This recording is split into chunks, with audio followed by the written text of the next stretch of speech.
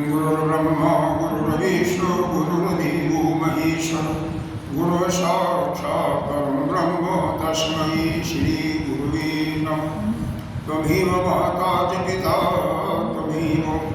त्वमेव बन्धो च सखा त्वमेव विद्या द्रविणं त्वमेव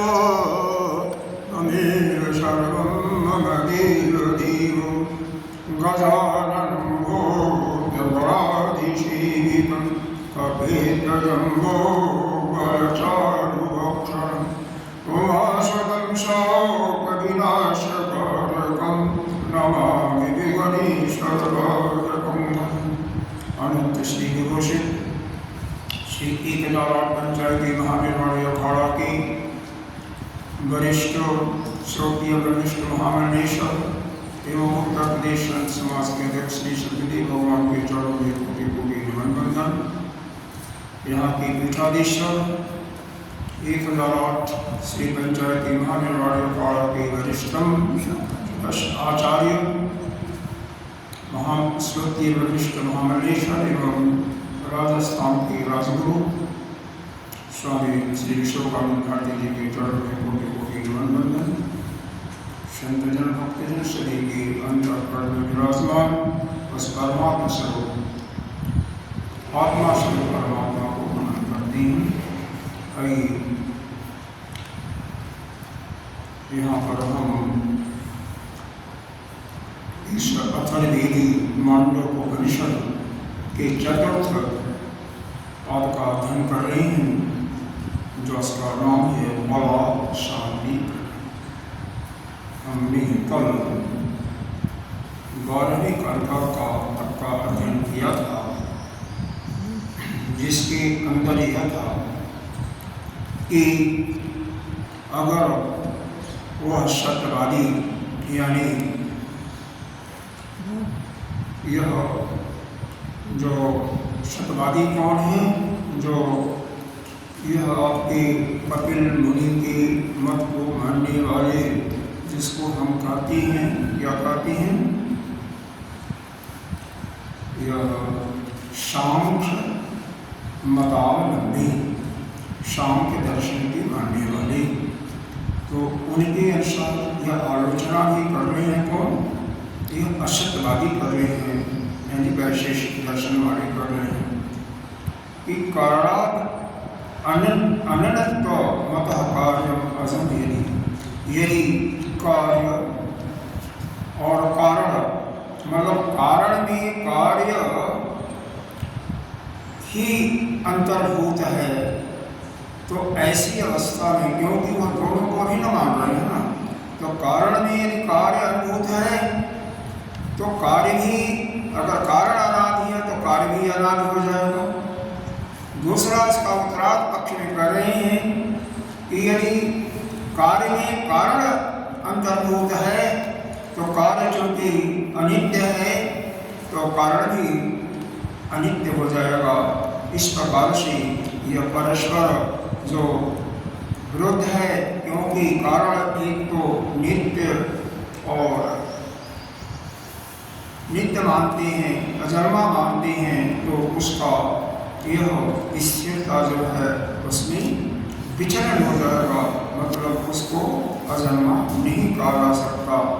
तो इस प्रकार से चाहे कार्य कारण में कार्य को अंतर्भूत माने, चाहे कार्य में कारण को अंतर्भूत माने, दोनों आपस में विरोध होता है। इसलिए उनके मत में असंगति है, ठीक नहीं है। उसी का फर्दर बता रहे हैं 13वें मंत्र में। क्या है? अजात्य वही जायते जस्य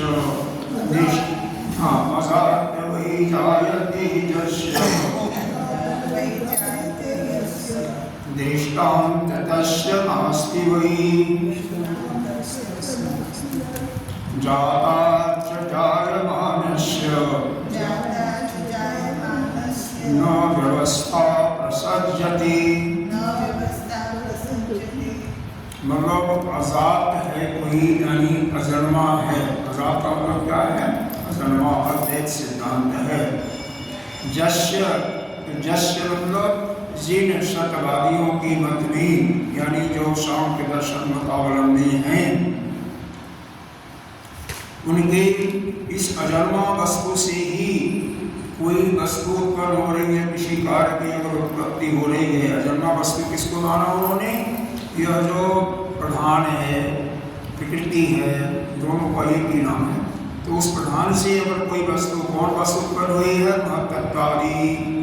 तो दृष्टान्तस्य नास्ति वही, तो लोक व्यवहार में भी कोई उनका इसका उनके पास कोई दृष्टांत नहीं है। मतलब अजात से जो पैदा नहीं हुआ, उससे किसी वस्तु की उत्पत्ति नहीं हो सकती। ये तो वैसे से कौन होगा मतलब ना। तो द्वैतवादियों को इसमें आप ले सकते हैं कि द्वैतवादियों का यह मतलब कि कोई वस्तु अजन्मा है, नित्य है, तो उससे किसी कार्य की उत्पत्ति यदि होती है तो क्योंकि वह दृष्टांत का अभाव है, कोई लौकिक जगत में भी दृष्टांत नहीं वह दे सकती, तो इसलिए यह संभव नहीं है। आगे दूसरे मत वालों के लिए कर रही हैं, जाताच जायमानस्य न व्यवस्था प्रसज्जते। यदि कोई विद्यमान वस्तु है, यानी षड वस्तु है, तो उससे अगर कार्य की उत्पत्ति मानी जाती है, तो वहाँ पर फिर होगा वह किससे उत्पन्न हुई, फिर किससे उत्पन्न हुई, तो वहाँ पर अनव्यवस्था दोष हो जाएगा, अनवस्था दोष प्रसिद्ध हो जाता है। इसका तात्पर्य है कि न तो अशद वस्तु से किसी कार्य की उत्पत्ति हो सकती और न तो सत वस्तु से किसी कार्य की उत्पत्ति होती है। अर्थात उत्पत्ति नाम की कोई चीज है ही नहीं है। मतलब परमार्थिक दृष्टिकोण से कोई वस्तु उत्पन्न नहीं होती है, यह सिद्ध हो गया। नहीं, व्यवहारिक पक्ष से उत्पत्ति, हाँ, परिभाषित रूप से उत्पन्न होती है। हाँ, परिभाषित रूप कहो और या व्यवहारिक रूप कहो, क्योंकि जो तीनों कालों में, हाँ, जो तीनों कालों में नहीं होता उसको हम व्यवहार पक्ष मानते हैं, कल्पित मानते हैं, कुछ भी मानो, मिथ्या मानो, लेकिन वह उस कोटि में नहीं आती है, परमार्थिक रूप से उसमें नहीं आती। अब इसका भाष्य बहुत आसान है, सीधी सी बात है। जो पहले वैशेषिक वालों ने सांख्य के मतों का खंडन किया था, उनका मत क्या था? कोई विद्यमान वस्तु है, षड वस्तु है, तो उससे ही उत्पत्ति होती है। और न्यायिक वैशेषिक वालों का मत था कि असत वस्तु से, सत की असत वस्तु से उत्पत्ति होती है। तो सत की उत्पत्ति मतलब विद्यमान हो जाता है। तो एक दूसरे का यह पहले अन्योन्य मत से खंडन किए। न्यायिक वालों ने बताया कि जो विद्यमान वस्तु है उससे कोई उत्पत्ति नहीं हो सकती। सांख्य वालों ने बताया जो वस्तु है ही नहीं है, असत है, उससे कोई उत्पत्ति नहीं हो सकती। तो इस प्रकार से एक दूसरे के मतों का इन्होंने खंडन किया। दूसरा यह लिया कि जिसका जो स्वभाव है वह स्वभाव से विपरीत दिशा में नहीं जा सकता। इसके लिए इन्होंने चार प्रकार के लिए, एक तो संसिद्धि जो कि योग या साधना की उच्च अवस्था में किसी के माध्यम से प्राप्त होता है, स्वभाव की जो प्रकृति से प्रदत्त स्वभाव से है। तीसरा यह बताया कि जो पक्षी इत्यादि में होता है, जिसका नाम क्या दिया था? सहजा दिया था, वो भी। और चौथा अप्यथ दिया था, जो कि उत्पन्न नहीं किया जाता बिना किए हुए पानी ऊपर से नीचे की तरफ, बिना किसी प्रयास के पानी ऊपर से नीचे की तरफ आता है। ये चारों प्रकार का यह जो एक प्रकार से प्रकृति का ही है, इसमें संस्कृति को भी उसी में ले लिया गया है। यह अपने विपरीत भाव को नहीं प्राप्त कर सकते, विपरीत भाव में नहीं जाते। उसी प्रकार से कोई अगर नित्य वस्तु है तो उसमें कोई विकृति नहीं हो सकती है, और कोई वस्तु है ही नहीं है तो उसकी भी कोई उत्पत्ति नहीं हो सकती। मतलब अपने स्वभाव को नहीं छोड़ सकती, स्वया स्वभाव से विपरीत नहीं जा सकती। फिर कार्य और कारण का आया तीसरा, यदि कि कार्य और कारण का, यदि कारण में ही कार्य अंतर्भूत है तो कार्य ही अनादि हो जाएगा। जैसे कारण अजन्मा है तो कार्य भी अजन्मा हो जाएगा। यदि हम यह कहें कि कार्य में कारण अंतर्भूत है तो जैसे कार्य अनित्य है वैसे ही कारण भी अनित्य हो जाएगा। इस प्रकार से यह भी परस्पर विरोध ही दिखाता है, क्योंकि कारण नित्य अजन्मा है, लेकिन वह इस सिद्धांत से अपने सिद्धांत पर खरा नहीं उतरता है। आगे यह दिया कि कोई वस्तु अगर अजन्मा है तो उससे किसी वस्तु की उत्पत्ति मानते भी हैं तो इसका कोई दृष्टांत नहीं है, और कोई विद्यमान वस्तु है तो उससे कोई वस्तु उत्पन्न होती है जो अनवस्था दोष हो जाता है। इस प्रकार से ये 13वीं कार्य का पाठ हुआ। तो इसका भाष्य देते हैं। 13वीं तो भाष्य तो बताया नहीं था ना, बताया देता नहीं बताया था, ठीक आजाद। इसका भाष्य देते हैं।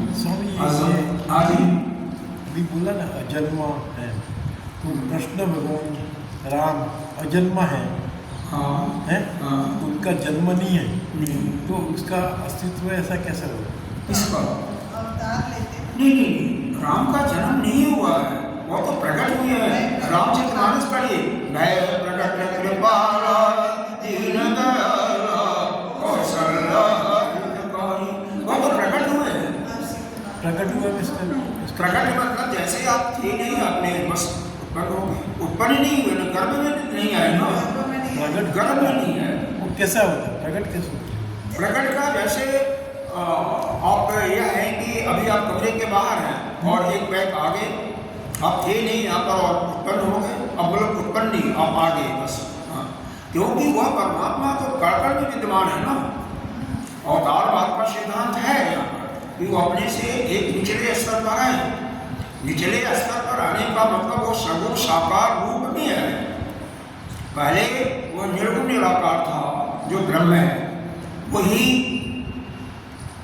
सगुण निराकार के रूप में भगवान या ईश्वर के रूप में आए, जिसको ईश्वर कहते हो, भगवान कहते हो, विष्णु कहते हो, नाना प्रकार के नाम जैसे ब्रह्मा विष्णु से इत्यादि। तो वह सगुण निराकार है। निराकार मतलब उसके लिए कोई आकार नहीं है, लेकिन जब भक्तों को सुख देने के लिए, संतों की रक्षा के लिए, धर्म की स्थापना के लिए, अधर्म का नाश के लिए, हाँ, तो भगवान जो है अवतार ग्रहण करते हैं तो वहाँ पर पैदा नहीं होते हैं, गर्भ में नहीं जाते हैं। वह समझाने के लिए पुराणों में कह दिया है, लोगों को आकर्षित करने के लिए वह केवल प्रकट होते हैं सगुण साकार रूप में। वही निर्गुण निराकार सगुण साकार रूप में आ जाता है। तो वह तो कण में विद्यमान है, हर जगह विद्यमान है। ब्रह्मा जी उत्पन्न, हाँ, आपके अंदर बाहर सब जगह है, वही प्रकट। यही तो भगवान कृष्ण के साथ भी हुआ था, जब चतुर्भुज रूप में आए। माँ ने कहा कि भाई आप बालक के रूप में आओ, तो बालक के रूप में आए। फिर बालक रोता तो चुप रोए, इस कारण से नहीं कि वहाँ पर पहरेदार जब जाके रोना वोना हुआ उनका जसोदा के घर नंद में। प्रकट होना क्या थोड़ा डिटेल में मिला है? प्रकट होने का मतलब जैसे जादू, जैसे यहाँ पर यह रूप है, कोई सूक्ष्म रूप में विद्यमान है, वह परमात्मा हर एक रूप में विद्यमान है। वह वहाँ से दिखाई मतलब साकार रूप में आ गया, तो देख रहे हैं उसको। एक तो साधारण रूप से सब जगह परमात्मा है, वही आत्मा के रूप में सब जगह है। हर एक वस्तु में वही है, वस्तु नाम की चीज नहीं है, और वही साकार रूप ग्रहण करके उसको देखने में आ गया तो वो प्रकट हो गया, दिखाई देना पड़ा। पहले निराकार रूप में था, अब आकार ही ग्रहण कर लिया बस। मिस जो प्रकट नहीं होता है उसका रूप का भी निश्चित नहीं है। मिस छोटा भी हो सकता है, मीडियम भी हो सकता है और विराट भी हो सकता है। देखो इस चीज को समझो, उस परमात्मा का कोई आकार नहीं है। यह जो आप पढ़ते हो बारंबार बताया जाता है। अभी इसी कारिका में, इसी मांडव्य उपनिषद में ही, इसमें तो नहीं आया मेरे ख्याल से, इसके रूप के विषय में नहीं आया है, गीता जी में आया है, 93 अध्याय में बहुत कुछ बताया है। नहीं, इसमें भी एक कारिका है ही है। वैसे इतने उपनिषद में आया है, इतने उपनिषद में बहुत कुछ बताया है, मुंडक में बताया गया है कि वह परमात्मा का कैसा सत्ता है। तो वहाँ बात बताया गया है अग्राह्यम, अवर्णम, अवर्णम, अगोत्रम इत्यादि करके बताया गया है, जिसका कोई न रूप है, न कोई गोत्र है, न कोई अवयव है, सब अवयव ही नहीं, कुछ भी नहीं है, कुछ भी नहीं है। शंकराचार्य जी ने इसी को आत्मबोध में बताया है कि निर्गुणो निराकारो, निर्गुणो निराकारो नित्यो निर्विकल्पो निरंजन, निर्विकारो निराकार नित्य मुक्त निर्मल। वह परमात्मा कैसा है? निर्गुण है, यानी बुद्धि उसके अंतर्गत नहीं है। बुद्धि होती है तभी गुण आता है। निष्क्रिय, निष्क्रिय, निष्क्रिय भी है, कोई अवयव नहीं है, इसलिए कोई काम नहीं करता। निष्क्रिय निर्गुण। फिर आया नित्य, नित्य का मतलब न कभी पैदा होता न कभी मृत्यु होता। फिर आया निर्विकल्प, मन ही नहीं है, इसीलिए कोई उसमें संकल्प विकल्प नहीं होता। फिर उसके बाद आया निरंजन, हमेशा एक जैसा रहने वाला, मस्त रहने वाला, किसी प्रकार की कोई चिंता नहीं। और चिंता किसको होती है? जैसे मन बुद्धि होती है ना, उस चिंता कहाँ से करता है? मन या बुद्धि से। तो अंतःकरण नाम की कोई चीज़ ही नहीं है, इसलिए कैसे होगा? अच्छा, फिर निर्विकार, विकार उसी को होता जिसके कई पार्ट होते हैं, पार्ट पुंज होते हैं, उसका कोई पार्ट ही नहीं है, कोई अवयव नहीं है, तो इसलिए कोई विकार नहीं होता। फिर बताया निराकार, कोई उसका रूप ही नहीं है, रवि नहीं। फिर बताया नित्य मुक्त से, नित्य मुक्त है, निर्मल है, स्वच्छ है। तो वह परमात्मा तो आप, इसीलिए तो आप देख नहीं पाते ना, आपको अनुभव सिर्फ होता है, वह या तो ध्यान की गहराई में अनुभव होता है, या ज्ञान के माध्यम से नीति नीति करते हुए उस स्तर तक जब सुशक्ति के आगे और बढ़ते हो, या आनंद में खोज के आगे, तो उसका लेश मात्र का अनुभव होता है। जैसे जैसे आपका अंतःकरण शुद्ध होगा, तैसे उसका अनुभव होगा। तो वह उसका कहाँ है? कहीं है ही नहीं, हर जगह है और कहीं भी नहीं। सबके अंदर भी है और किसी के अंदर भी नहीं है। अपने को यदि कोई मुक्त करना चाहे तो स्वयं अपने ही अंदर पूरी सृष्टि को देखे, अपने को ब्रह्म में देखना शुरू करे, और अपने को देखना शुरू करेगा तो हर एक के अंदर उसकी अपनी ही मूर्ति या वही परमात्मा स्वरूप अगर दिखाई देगा। अगर कोई आराध्य का उसका माना हुआ है तो वही दिखाई देगा। तो किसके साथ वह द्वेष करेगा, किसके प्रति क्रोध करेगा, किससे वह डरेगा? कुछ भी नहीं होगा ना। तो जितने भी द्वेष आदि होते हैं, काम, क्रोध, लोभ, मद, मोह, मत्सर इत्यादि, सब समाप्त ऑटोमेटिक हो जाएंगे। मगर आपने बताया ना सब, ये तो जो राम या कृष्ण का जन्म हो, हाँ। उसका नाम हुआ, उसने कार्य किया, युद्ध हो गया, ये सब हो गया है, तो यह सब देखो जन्म है। ठीक। तो ये कैसा विपरीत? यहाँ पर कई चीजें होती हैं। एक तो यह सबको समझाने के लिए आता है, किसी के आपके हमारे मन में भरने के लिए कि वह भगवान की एक सत्ता है और परमात्मा की सत्ता एक है, जिसका आप आराधना करो तो आपका बेड़ा पार हो जाएगा। क्यों? आप अज्ञान में रह रहे हो, अज्ञान में हो, आपके कर्मों का दुनिया भर का संस्कार पड़ा हुआ है, बल उसको शुद्ध नहीं किए हो। ऐसे यह केवल लोगों के कल्याण के लिए, अदरवाइज वो है ही नहीं, है भी और कहीं भी नहीं है। यह तब तक आप नहीं समझ सकते हो जब तक के आपके पुराने मल साफ नहीं होती। और इसीलिए इंद्र को भी 100 साल तक तपस्या करनी पड़ी थी, सेवा करनी पड़ी थी। अंतर यह है, किसी की पिछले जन्म में कर्म कर लिया है यज्ञ इत्यादि, तो इस जन्म में दिखाई नहीं देता है कि वह यज्ञ इत्यादि कर रहा है कि नहीं कर रहा, क्योंकि वो पहले करके अपने अंतःकरण को काफी कुछ शुद्ध कर लिया है। तो फिर कुछ योग की माध्यम किया, ध्यान इत्यादि का उपासना किया और अपने चित्त की एकाग्रता भी कर लिया। मन जो कुछ बताता वह भी श्रवण मात्र से उसका समाप्त हो गया, तो फिर वो ज्ञान को प्राप्त करके मुक्त हो जाता है। अब मुक्ति का नाम मुक्ति तो है ही नहीं है, बंधन कोई स्वरूप ही नहीं है। हम अपने आप ही भ्रमवश मान लेते हैं कि मैं बधा हुआ कौन है। अरे आप तो जीव नाम की ही सत्ता नहीं है तो बधे कहाँ हो? आपकी उत्पत्ति नहीं है तो उसकी कैसे उत्पत्ति होगी? तो पढ़ रहे हो भ्रांति। आपकी उत्पत्ति नहीं है तो राम कृष्ण की उत्पत्ति कैसे मानोगे? तत्व की दृष्टि से किसी की उत्पत्ति होती नहीं। गीता में धर्म संस्थापना युगे युगे जब अब ऐसा है, उत्पत्ति नाम की चीज नहीं है, यही यहाँ प्रसिद्ध किया जा रहा है। इस अला शांति प्रकरण में किसी की उत्पत्ति नहीं होती है, बस एक ही है बस।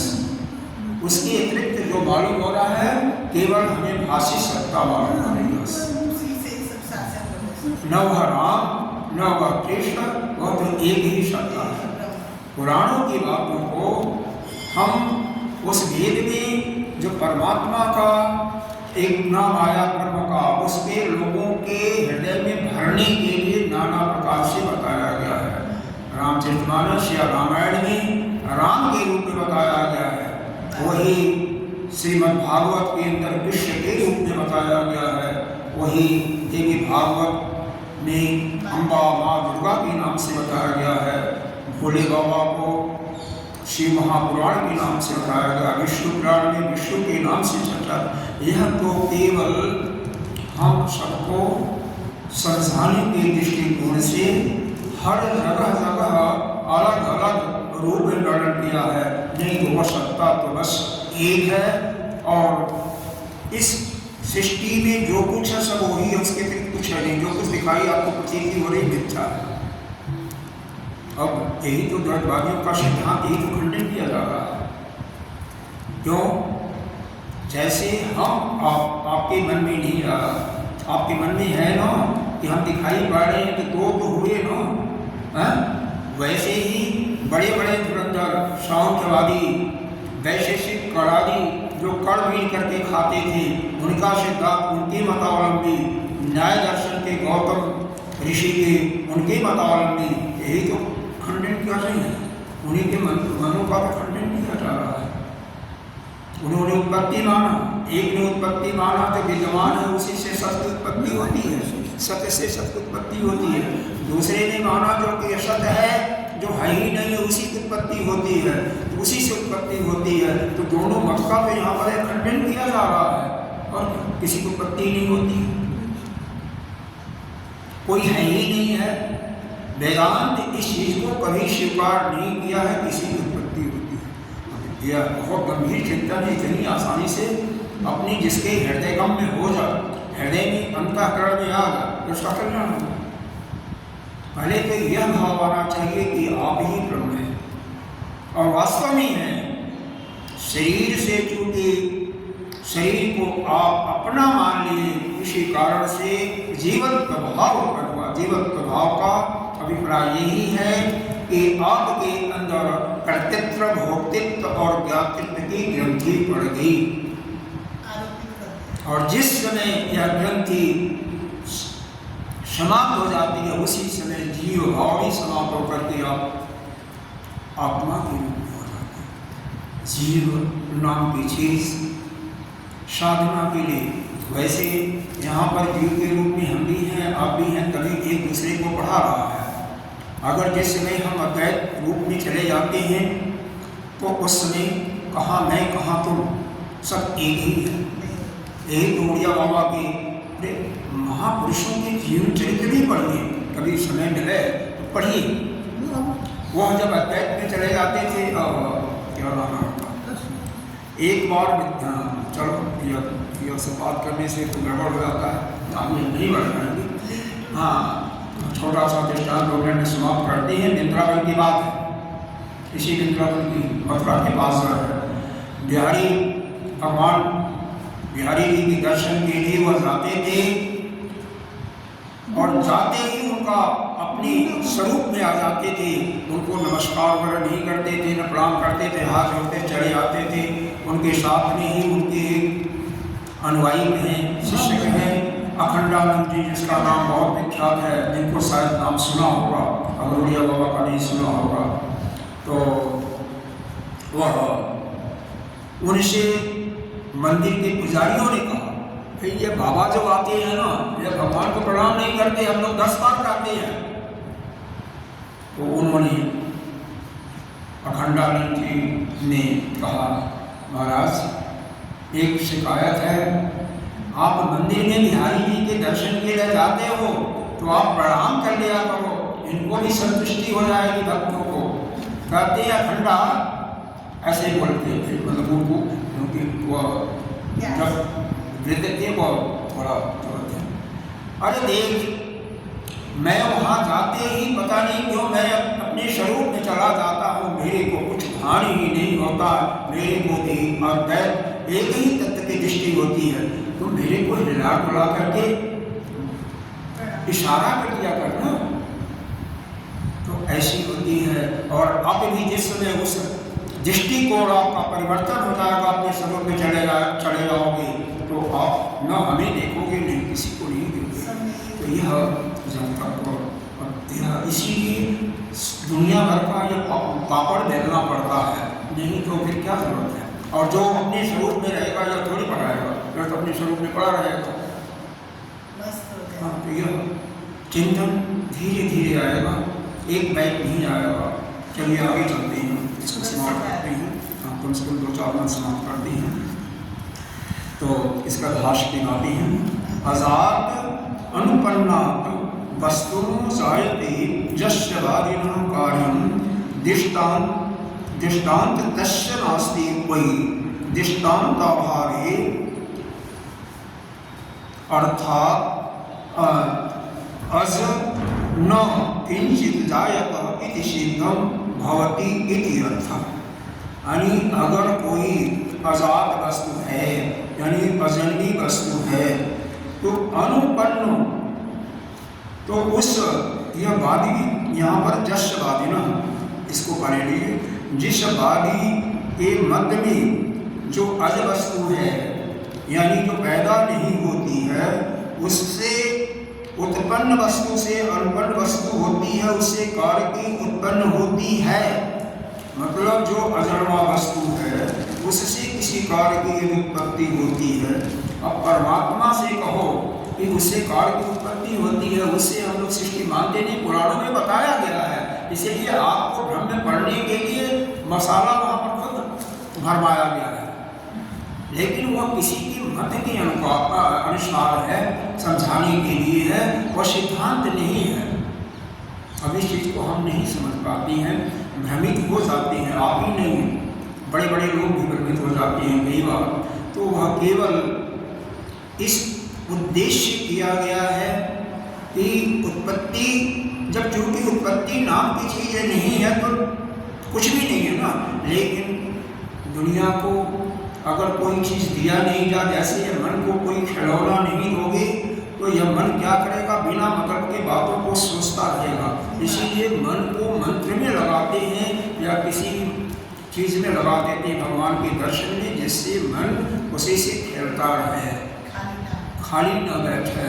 खाली मन होगा कैसे ही करता है। खैर, यहाँ पर जो कोई अजन्मा वस्तु है, अज वस्तु है, तो उससे जो कार्य की उत्पत्ति होती है, जिस वादियों के मत में या जो वादी लोग कहते हैं कि उससे किसी कार्य की उत्पत्ति होती है, तो दृष्टान्तस्य अभाव, इसके लिए कोई उनके पास दृष्टांत नहीं है, कोई प्रमाण नहीं है, लौकिक प्रमाण भी नहीं है, और दृष्टांता भावी और बिना किसी दृष्टांत के यानी दृष्टांत के भाव में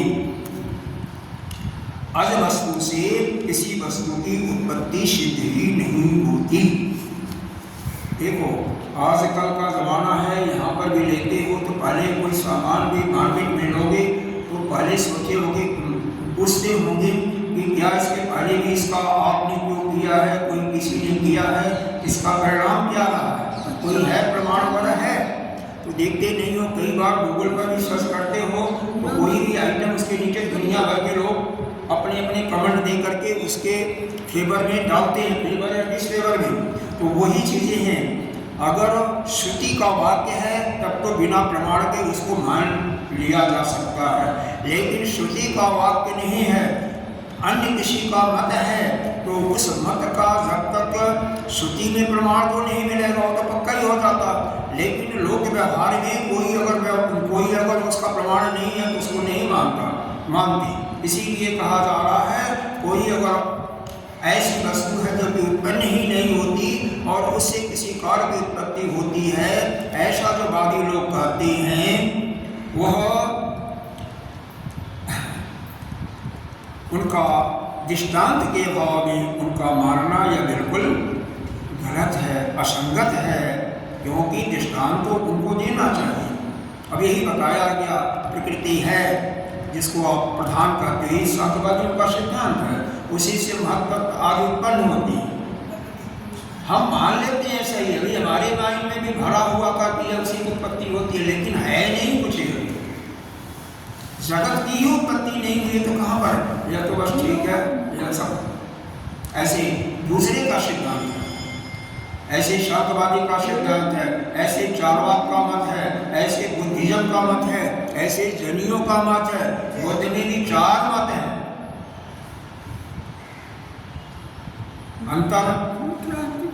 अंतरवादी, अश्विनवादी और बाह्यवादी, इसमें तो शायद नहीं दिया होगा, दूसरे उसमें कैलाश वाले में दिया हुआ है। 4 मत उनकी हैं, बाह्यार्थ और बाह्यार्थ दिया हुआ है और अंतः अर्थ दिया हुआ है। उसमें योगाचार्य वाले मत हैं, शून्य मत है, शून्यवादी हैं, और 2 और हैं, उसको मैं उस पुस्तक से आपको बता दूँगा, नोट कर लेना। 4 मत उसमें है, हर एक में तो यह दूसरे के मतों के अनुसार है, वही बताया गया है। अब जैसे आप ही साधना करो, किसी मत को चला दो कि हमने यह ध्यान की गहराई में देखा, तो वह सत्य थोड़ी माना जाएगा। वेद को हम सत्य इसलिए मानते हैं कि वेद के एक एक मंत्रों को हजारों ऋषियों ने देखा हुआ है अपनी दृष्टि से, इसीलिए वेद को सत्य माना जाता है।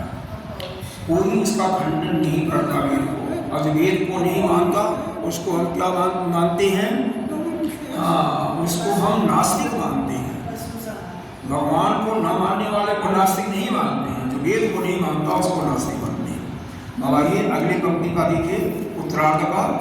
जदा पुनः जात जायमानस्य वस्तुनो अभुगमः, यदि कोई वस्तु विद्यमान है और उससे किसी वस्तु की उत्पत्ति होती है, तदपि यस्मात् जातात् अप्य अनस्मात् इति न व्यवस्था प्रसज्जते, तो और किसी और ही से उत्पन्न होनी चाहिए, इस प्रकार कोई व्यवस्था नहीं रखती। क्योंकि अगर कोई वस्तु किसी से उत्पन्न होती है तो आप प्रश्न कर सकते हैं कि वह किससे उत्पन्न हुई थी, फिर वह किससे उत्पन्न हुई थी, तो यहाँ पर अनवस्था दोष आ जाता है। इसका तात्पर्य है कि इस सृष्टि में परमार्थिक दृष्टि से किसी वस्तु की उत्पत्ति हुई, न सत्य की न असत्य की, सीधी सी बात है।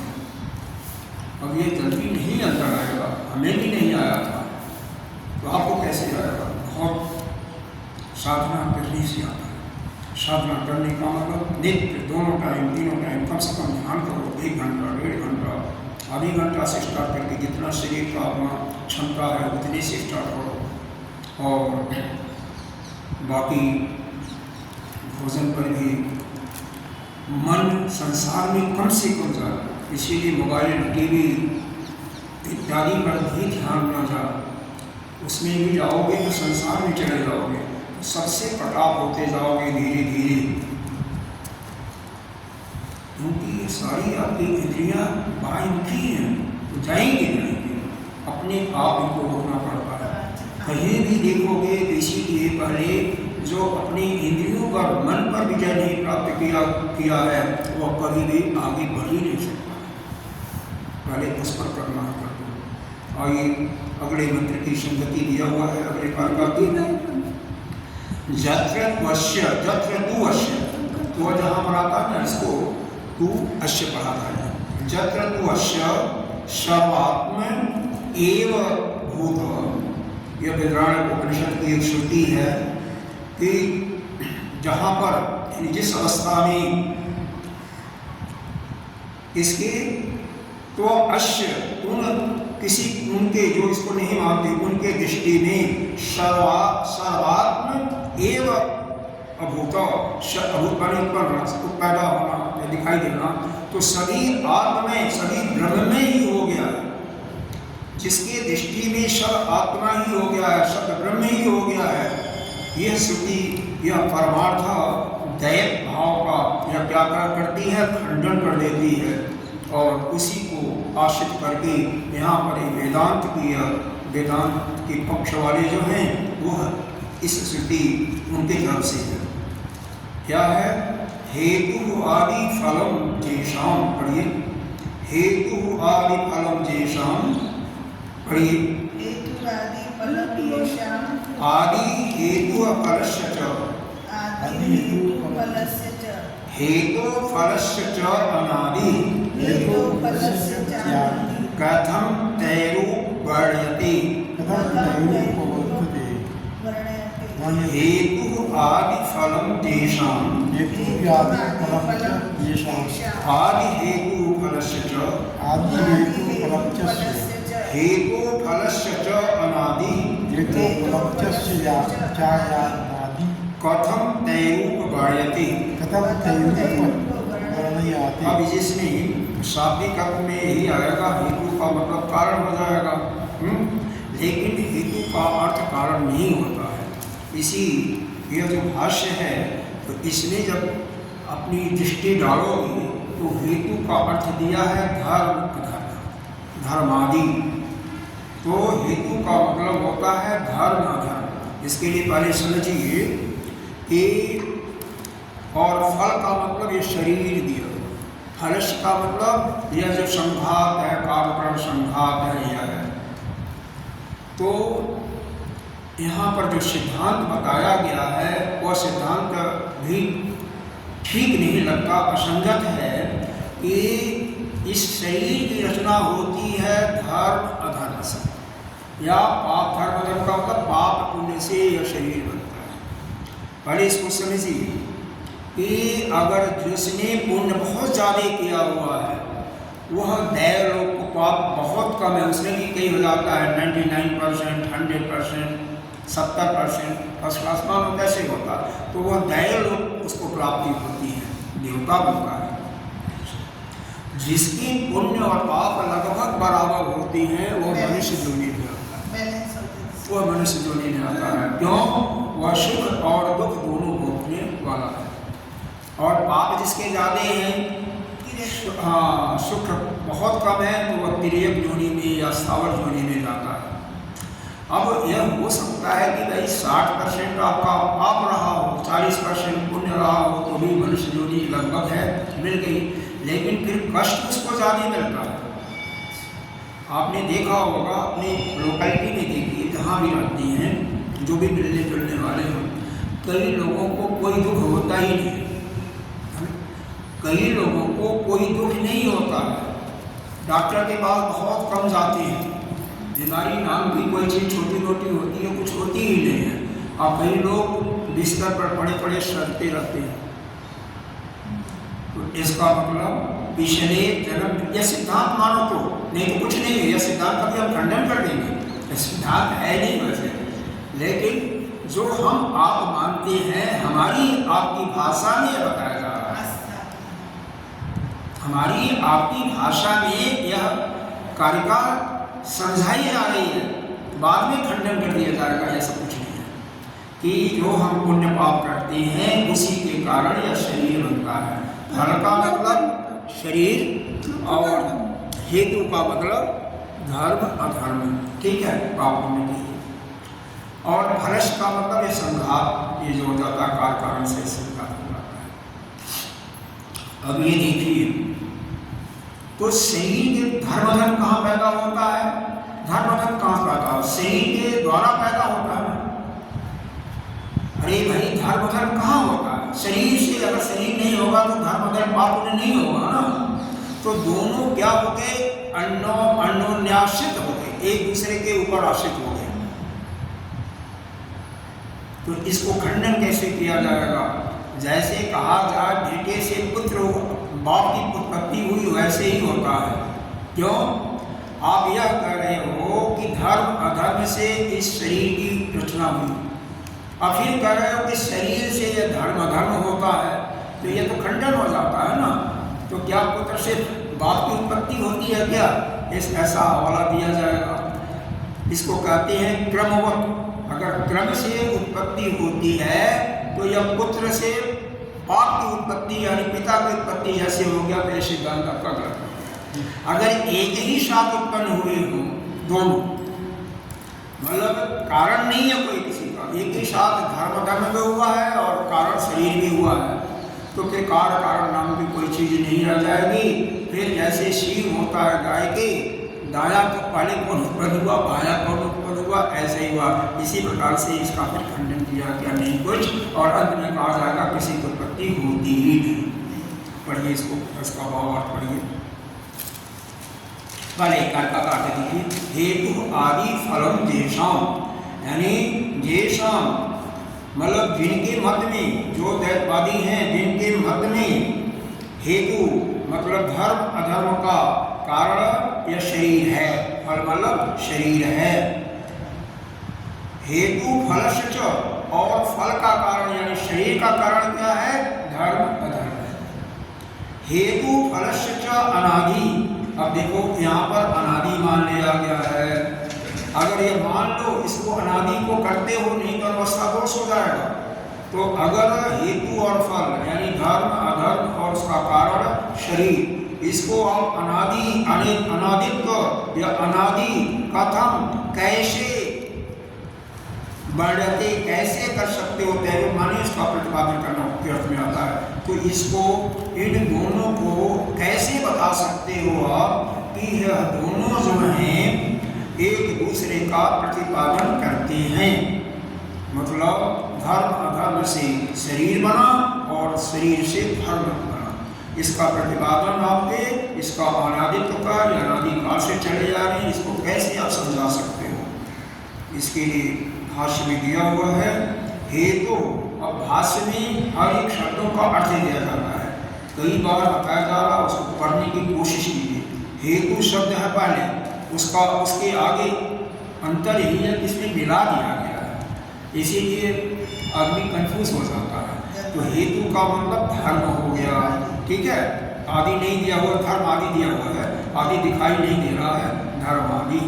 और यह जो आदि आया है इसका अर्थ दिया हुआ आगे देखो कारण, आदि का मतलब कारण।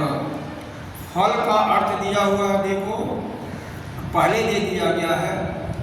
वैसे तो भाष्यकार प्रायः पहले जो मंत्र में शब्द होता है उसको दिया है। जितने भी मंत्र होंगे ना, पहले शब्दियाँ बाद में ऐसा दिया, लेकिन कारिका में बहुत जगह उल्टा कर दिया है, तो इसलिए इसमें पकड़ने पर नहीं पूछना चाहिए। तो यहाँ पर देहादि संघात फलम का अर्थ है देहादि संघात। ये जो फल ये जो भाग में आया ना, फलश आया है, तो उसका फलश का है अर्थ। तो पहले का अर्थ यही बताया कि जिन वादियों के मत में या जिनके मत में धर्म आदि यानी धर्म अधर्म का कारण शरीर है या संघात रूप शरीर है, और यह जो शरीर है देहात संघात रूप, इसका आदि कारण क्या है? धर्म धर्म। दोनों एक दूसरे का बिल्कुल विपरीत हो गया। एक का कारण शरीर से ही आपको पाप और पुण्य कर सकते हो, और उसी के फलस्वरूप शरीर की उत्पत्ति होती है, चाहे किसी योनि के लिए। तथा आदि कारण हेतु धर्म अधर्म आदि फलस्य देहादि संघातस्य, मतलब कुछ धर्म अधर्म के फलस्वरूप उसी के कारण स्वरूप यह शरीर का संघात, शरीर संघात माने शरीर और इंद्रियां बनी हुई हैं। एवं हेतु फलयो ऋत कार्य कारणत्वाद अनादित्वं ब्रुवद्हि एवं हेतु फलस्य च अनादित्वं कथं तैरूपण्यते। तो अगर ऐसा करते हो तो हेतु और फल यानी धर्म अधर्म और शरीर, यहाँ पर कार्य और कारण का एक दूसरे से जो सकारण जो एक दूसरे पर आश्रित बताते हैं, उन लोगों द्वारा यह फल का या शरीर का कैसे आप बता सकते हो कि यह अनादि काल से यह चला रहा है, यानी इसका अनादित्व आप कैसे स्वीकार कर सकते हैं? क्योंकि जब आप कहोगे शरीर से ही धर्म हुआ, फिर यह हुआ तो आप फिर कहोगे कि धर्म से शरीर बना, तो कब किसी धर्म किया गया था? प्रश्न उठेगा। फिर धर्म कब किया गया था? फिर कब पहला शरीर बना? फिर पहला धर्म उसने किया। ऐसे करते करते करते यह अवस्था को कुछ पता ही नहीं चलेगा आपको। इसका अनादित्व स्वीकार नहीं किया जा सकता है। इसका मतलब क्या? सिद्धांति गलत है। उसी के हिसाब से ये देखो धर्म युद्ध होता है। देखो यह धर्म होता क्या? शरीर से। अभी टेप रिकॉर्ड देखिए तो टेप रिकॉर्ड में रील में उसका रील का क्या करते हैं? जो उसको इकट्ठा होता है उसको क्या कहते हैं? कैसेट करते हैं। कैसेट में वो रिकॉर्ड होता है। फोटो कहाँ से खींचते हो? उसमें फोटो खींचने का अलग होता है, एक जगाओगे तो खींचेगा, और कहाँ से प्रकाश आता है और कैसे किस प्रकार से होता है उसके कंस्ट्रक्शन में जाओ। उसी प्रकार से अपने शरीर को देखो। इंद्रियां जो है विषयों में जा करके वहाँ पर विषयों को ग्रहण करती हैं, और उसकी रिकॉर्डिंग कहाँ होती है? चित्त में होती है। और उसको फिर प्रकट कहाँ से होती है? मन से होती है। मन से आप प्रकट करते हो।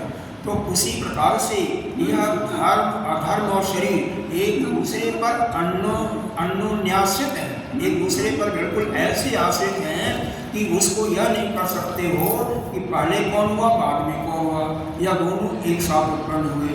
तो हर एक का आपका कोई भी सिद्धांत खरा नहीं उतरेगा। इसका मतलब यह शरीर की उत्पत्ति ही नहीं है। यही बाद में ये समझ में नहीं आता है, इसीलिए धर्म युद्ध बस इसकी उत्पत्ति ही नहीं है। क्योंकि पाप पुण्य करने वाला कौन है? शरीर करने वाला, भोगने वाला की वो अलग है शरीर से। तो इसीलिए कहते हैं जिनको अपने को शरीर से अलग कर दो तो पाप पुण्य के भोग ही नहीं बनोगे।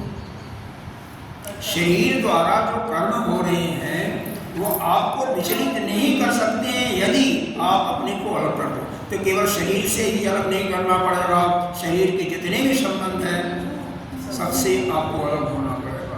तो जिस समय अलग हो जाओगे उस समय सब समाप्त हो जाएगा, और नहीं तो सब बस सिद्धांत बहुत। अब इसको फिर खड़ी प्रतिषिद्धम इत्यर्थ। इसका मतलब एक दूसरे से आपस में विरोध है, सर्वथा विरोध है। कार्य का हेतु फल और फल का हेतु कार्य, यह अनादि काल से है। यहाँ पर एक को धर्म लिया, एक को शरीर लिया, ठीक है। न ही नित्यस्य कूटस्थ आत्मा, इस प्रकार से आत्मा का यह हेतु फलात्मक दृष्टि से देखें तो कभी भी वह कूटस्थ नहीं हो सकता। अगर आत्मा को इस दायरे में लाने के लिए कोशिश करेंगे तो वह कूटस्थ मतलब बिल्कुल स्थिर कूटस्थ करते हैं, जैसे लोहार की निहाई होती है, उस पर कितना भी चोट मारो उसमें कुछ भी फर्क नहीं पड़ता है। तो वह आत्मा को जहाँ कहा जाता है आदि अनादि है और अज है। फिर वह जो कूटस्थ भी है, कूटस्थ भी शब्द आया हुआ है, तो वह कूटस्थ होना संभव ही नहीं होगा, क्योंकि यह सब क्योंकि आत्मा की न तो उत्पत्ति होती है और यहाँ से अगर मानते हो उत्पत्ति तो वह सब बिल्कुल आपस में विरोध हो जाएगा। तो यह सोच लो तो कुछ भी नहीं हो, आप कुछ भी नहीं करते हो, लेकिन शरीर से तो अलग करो तो नहीं तो कहीं खाना पड़ेगा, सब कुछ करना पड़ेगा, अपनी बोला करो। इसी बोलना बहुत इजी है, सही। हाँ देखो, इसीलिए यह तब तक संभव नहीं हो पाता, समझ में नहीं आता ठीक तरह से, भ्रम में पड़ जाता है जब तक कि उसका अंतःकरण बिल्कुल शुद्ध नहीं होता। इसीलिए जितने भी सिद्धांत बताए गए हैं, कहीं अब जगह बताया गया है कि जग के दान तक जो यह कर्मकांड के सिद्धांत हैं जो पूर्व मीमांसा के, वैसे ही नहीं वेद व्यास जी ने 80,000 मंत्र केवल किसने लिखा? पूर्व मीमांसा में, 16,000 उपासना में और केवल 4,000 ज्ञान कांड के हैं रस, जो कि 108 पुराणों में, 108 अरे इसमें उपनिषदों में विभक्त है। तो वह कर्म तो इसीलिए कि वह करने की आवश्यकता है, तभी तो 80,000 मंत्र वहाँ पर दिए गए हर एक देवताओं की।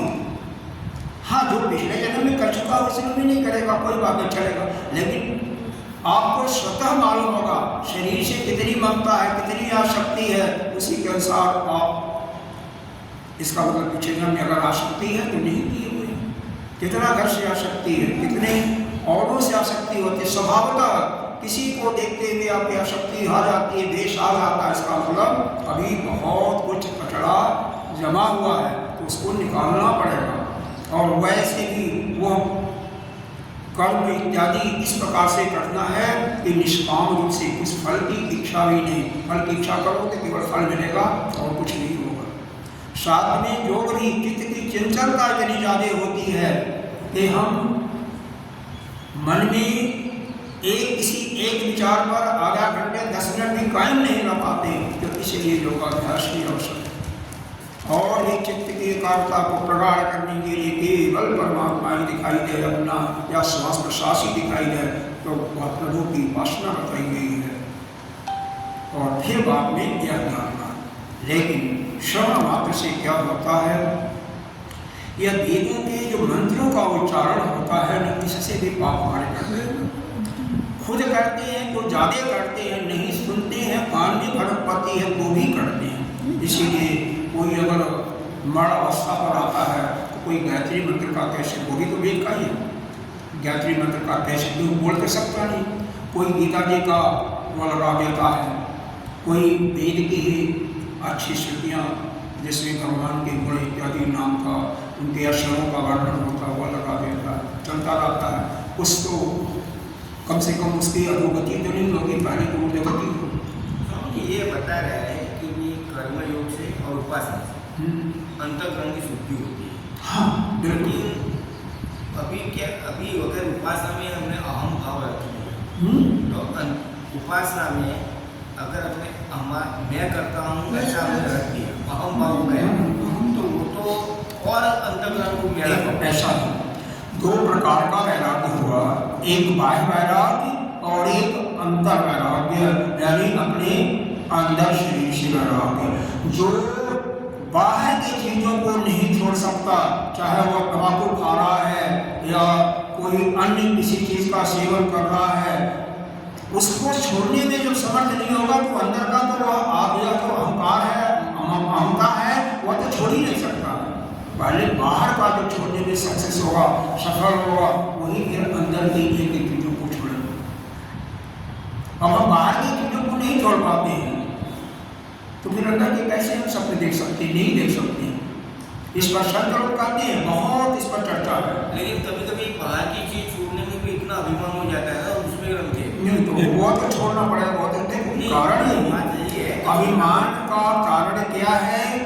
एक सिंपल सा कारण है, एक लाइन का, कि हम इस शरीर से चिपके हुए, शरीर से अलग करो, अपने आप हमका मनका सब धीरे धीरे समाप्त हो जाए। और ये पहला ही सिद्धांत है।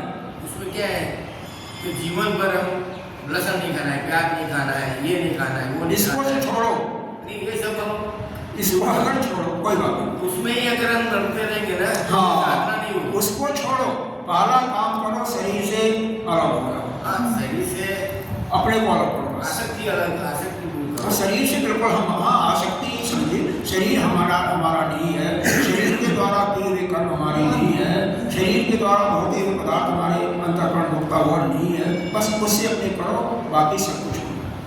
स्वामी जी एक इसीलिए कई महात्मा ऐसे हैं, सब कुछ खाते पीते हैं और फिर ऐसा कुछ नहीं है। हाँ, स्वामी जी एक ऐसा एक प्रिंसिपल है, नेगेटिव और पॉजिटिव पोल है मैग्नेटिक में, उसका ऐसे ही अपने बॉडी के अंदर शरीर में ऐसा ही है, जो अपने को जो बाहर का शरीर का है ना, वो अट्रैक्टिव करने का उसका आधार है। 100%।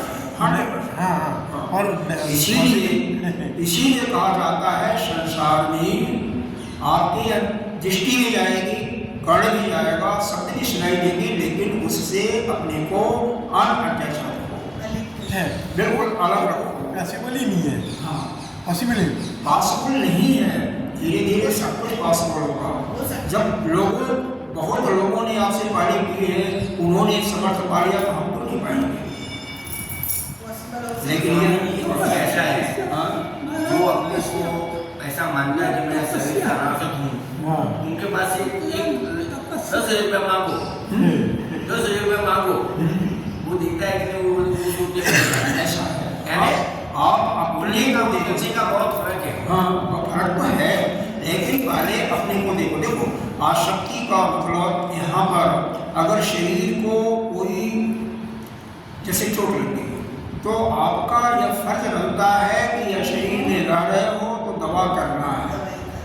हाँ, यह नहीं करना। जो ऐसे जिद्दबाजी भी होते हैं, हमने ऐसे भी जैन साधुओं को देखा है, जो बड़े बड़े महान हस्तियाँ रही हैं, कि इंजेक्शन करने लगाते थे, घुटने में सो नहीं पाते थे। तो ऐसा नहीं, कम से कम जो इसको जरूरत है वो करो, लेकिन बाकी इससे अपने को अलग, मन के द्वारा अलग रखो। देखो, सिद्धांत बहुत गूढ़ है, हम किस रूप में लेते हैं। पॉजिटिव नेगेटिव थिंकिंग यह शरीर को बहुत प्रभावित करती है, मन को बहुत प्रभावित करती है। तो इसलिए हमेशा अच्छा सोचो, पॉजिटिव सोचो, ठीक है, बहुत सुंदर है। यह व्यवहार पक्ष में बहुत सुंदर है, क्योंकि मन से बंधे तो मन से ही होना पड़ेगा। हाँ, नहीं, स्वामी एक दूसरी थियोरी भी ऐसी है, वो नेगेटिव और पॉजिटिव। मैं मैकेनिकल में क्यों जाता हूँ, ये बॉडी की मैकेनिकल सिस्टम है। वो नेगेटिव और पॉजिटिव पोल तो कंट्रोल करते हैं ना, है, तो वो क्या कंट्रोल करने से क्या होता है, मोटर बनती है। वो मोटर बनती है, तो जो मोटर है ना, वो चाहे पंखा भी चलाती है और एसी भी चलाती है। ऐसे ही अपनी बॉडी को, ये नेगेटिव पॉजिटिव पोल है, उसको मन से ऐसा कन्वर्ट कर सकते हो तुम, जो ये नेगेटिव में भी जा सकता है और पॉजिटिव में ये आत्मा तक जा सकता है। ये दोनों पोल ऐसा ही है।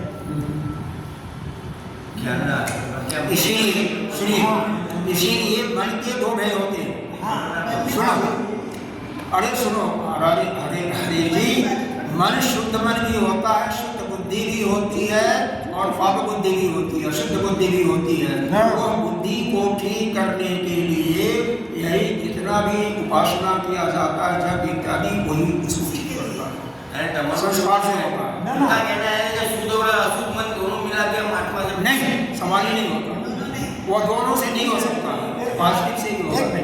उसमें क्या है कि जो नेगेटिव पोल्स बाद में बात करते हैं।